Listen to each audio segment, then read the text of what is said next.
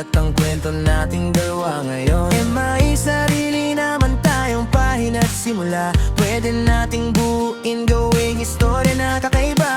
Di na kailangan pang istorbohin ng nakaraan. Ika rito, tayo na lang ang may sariling kabanat at pangalan. Ako ang ibara sa panahong makabago, at sa'yo lang Maria Clara umiikot ang mundo ko. Di ko hinahanap ang mistisang ganda.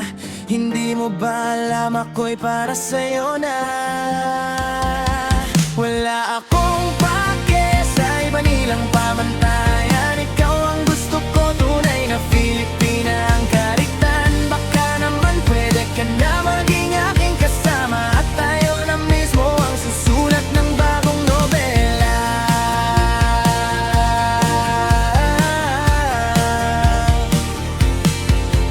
Gagawin ko ang lahat para sa'yo, sinta.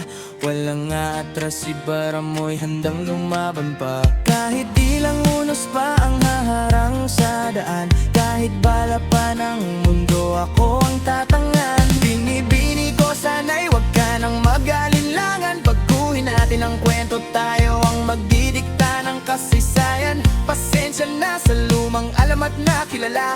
Ito'y bagong yugto, tayo ang bida sa pahina. Di ko hinahanap ang mistisang ganda. Hindi mo ba alam ako'y para sa'yo na? Wala akong pake sa iba nilang pamantayan. Ikaw ang gusto ko, tunay na Filipina ang kariktan. Baka naman pwede ka na maging aking kasama, at tayo na mismo ang susulat ng bagong nobela.